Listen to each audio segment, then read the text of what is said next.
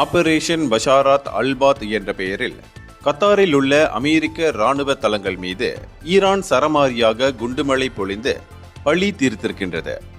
அமெரிக்காவின் தாக்குதலுக்கு பின்னர் எங்களை நியாயமின்றி போருக்குள் இழுத்து விட்டீர்கள், அதற்கான கடுமையான விலையை அனுபவித்தே ஆக வேண்டும் என ஈரான் எச்சரித்திருந்தது. இதனிடையே நேற்று இஸ்ரேலின் டெல் அவீவ் ஐபாவை குறிவைத்தும் ஈரான் ஏவுகணைகளை வீசியது. தாக்குதல் தீவிரமானதால் பொதுமக்கள் பதுங்குமிடங்களுக்கு செல்ல இஸ்ரேல் அறிவுறுத்தியது. இதேபோல ஈரான் தலைநகர் தேரானை சுற்றியுள்ள பகுதிகளில் இஸ்ரேல் கடுமையான வான்வழி தாக்குதலை நடத்தியது.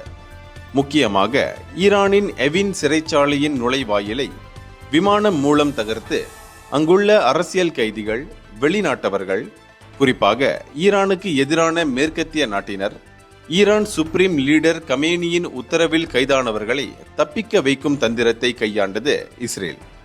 ஆனால் அது பலனளிக்கவில்லை என்கின்றது ஈரான். மத்திய கிழக்கில் போர் பதற்றம் தீவிரமடைகிறது. ரஷ்யா, சீனா போன்ற நாடுகளுடன் ஈரான் தொடர்ந்து பேச்சுவார்த்தைகளில் ஈடுபட்டு வருகிறது. வளைகுடாவிலிருந்து கச்சா எண்ணெய் கொண்டு வரப்படும் முக்கிய கடல்வழி ஒர்முஸ் மூடப்படும் அபாயத்தில் உள்ளது. அமெரிக்கர்கள் எங்கிருந்தாலும் பாதுகாப்பாக இருக்க அந்த நாடு எச்சரித்துள்ளது. பிரிட்டனும் இந்த எச்சரிக்கையை விடுத்துள்ளது.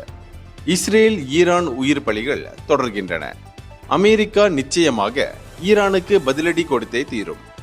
எனவே நிலைமை நாளுக்கு நாள் மோசமடையும் என்பதில் மாற்றமில்லை என்கின்றனர் ஆய்வாளர்கள்.